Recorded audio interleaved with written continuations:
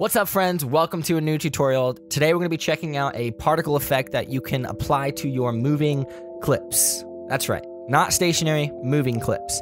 It's pretty awesome because it looks super realistic, and I'm going to show you a couple tips and tricks along the way that will help you make the particles seem like they're actually moving behind you. So, without further ado, make sure you hit that like button. Let me know what you think down below, and let's see what we're going to get into.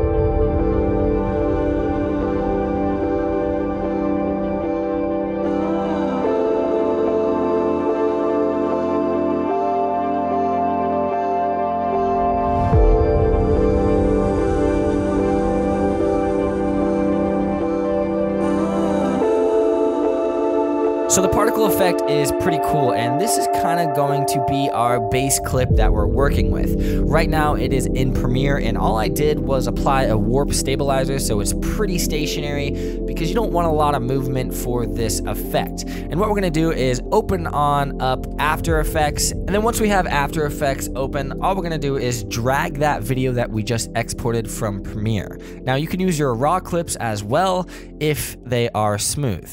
All you have to do is drag that down into the timeline area, and then make sure your screen is on default up here, and then go to Tracker.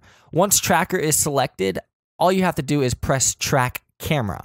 As you can see up here on the left-hand side, it will start initializing, and then it will analyze the background. This will take some time based on your computer, but it's really cool because you can just let it do its thing. While that's loading, I think you guys should check out my Instagram because I post some dope stuff, and please help me get to 15K. I think we're kind of close. This takes forever. Once After Effects has finished analyzing, it'll start solving the camera. And again, this may take some time based on your computer. This will add a ton of track points that you can use to track your particles to your video. I should start asking you guys questions during these tutorials, just so I can start a conversation, because I like connecting with you. So here's the first question. If you could go anywhere in the world, where would you go and why? If we select 3D Camera Tracker, you can see that if we scrub through, we have these little track points that we can use for our clip. So all you have to do is select a couple of these. And to select them, you're just going to left click and drag and circle a couple of them, and then right click and select Create Null and Camera. This will create an invisible object / null that we can use as the track point. So what we're going to do now is right click down here in the timeline, select New, and then Solid. You can name this solid whatever you want, but I'm going to name it Particles.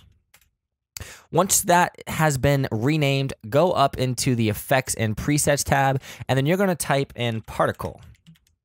Now all you're going to do is drag CC Particle World onto that particle's solid, and then instantly you'll see that we have this conglomeration of fun, I guess you would call it.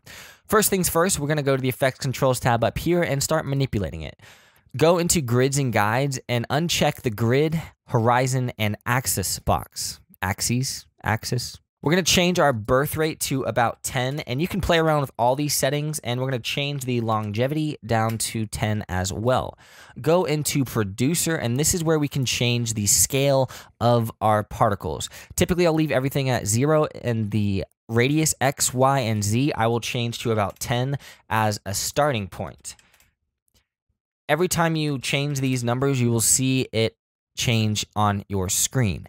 Once you do that, go into Physics, and then we're going to change the velocity to 0 because that will make sure none of this is moving, and then we're going to also change the gravity to 0 as well.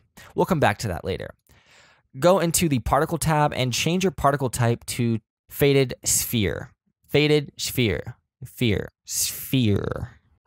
And what we're going to do next is play around with the birth and death size. So the birth size, I'm going to change to 1.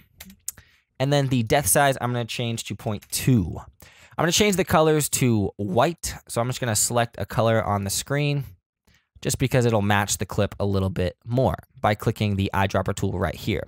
And let's play back through this and see what it looks like already.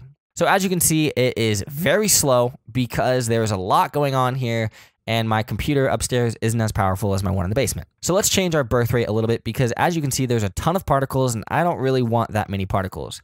The birth rate basically changes how many particles are birthed. So let's change this to about 4. So changing it to 4 and then playing back through this, again, it'll be a little bit choppy, but I'm starting to like what this is looking like. Now this is where the fun happens, because you can start to play with all of these effects and get a different look. For example, if you change the velocity to about 4, and what that did is it created some movement with our particles right here, and they are now flying towards me. But I typically like to keep it at 0 for this tutorial, and you can also play with your radiuses. So for example, if you want to expand these out a little bit more, you can do that, both X and Y. And if you want to create more depth, you can do that with the Z radius. So keep playing around with all of this, and now let's export this video and we can play around in Premiere Pro. So to export it, I'm going to go to File, Export, and then I'm going to select Add to Adobe Media Encoder Queue. I like doing this because sometimes After Effects is really clinky when it comes to exporting. So click on Match Source High Bitrate and export just how you would in Premiere. Set the bitrate that you want, and then click OK. And then once you click OK, all you have to do is hit this play button up here, and that will render that entire video that we just did. Once that exports, drag that clip into Premiere and we can start to work with it. You'll see right here we have our clean clip that we use to use our tracks, and then we have our particle clip right here.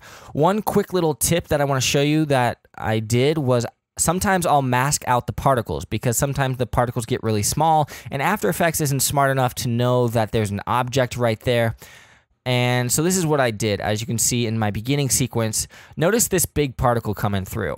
So that big particle is coming, and then all of a sudden, boom, it goes right behind me. And that's right before it cut, so you may have missed it, but what I did is created a fake mask. So on your particle layer, what you're gonna do is drag your clean layer above it, and then what we're gonna do is go to the Effects Controls tab under Opacity and select Create Ellipse Mask. All we're gonna do is make this mask around your subject, just like so. You can be as precise or not as precise as you want to be right here. So what we're going to do now is keyframe the mask path onto our subject.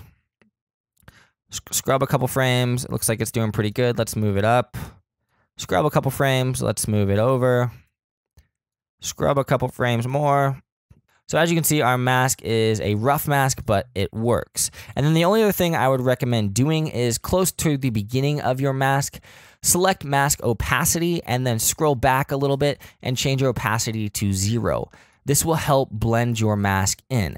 Now looking back at what we just did, you can see that we have our particles in here, and then you can see that these little ones that come close to my shirt all of a sudden will just disappear. So it kind of looks like I'm walking through them, and this big particle right here now disappears. You can see that that wasn't a perfect clean mask. So the fun thing about masks are that we can always manipulate them. So let's just move this over a little bit and now see what that looks like. Boom, that looks great. And that's pretty much it. For this clip right here, you can see it's a little bit more stationary, so I created movement with these particles. And all I did for that clip in After Effects was change the velocity to about 4. And changing that velocity created the movement in the particles that I wanted to do. You can also play with the gravity, and that will make these particles look like they are falling. And it kind of looks like a little rain effect. Keep in mind that you can also change the particle type. So you can use lines to create more of a rain effect. You could use some tetrahedrons, like some crazy stuff going on, because After Effects is really powerful when it comes to getting the look that you want. You can even use bubbles. Bubbles. What? Well, if you guys like this tutorial, please let me know down below. Hit that like button, and if you're new, consider subscribing because I'm going to be making some more stuff in the future. And as always, I'll see you next time.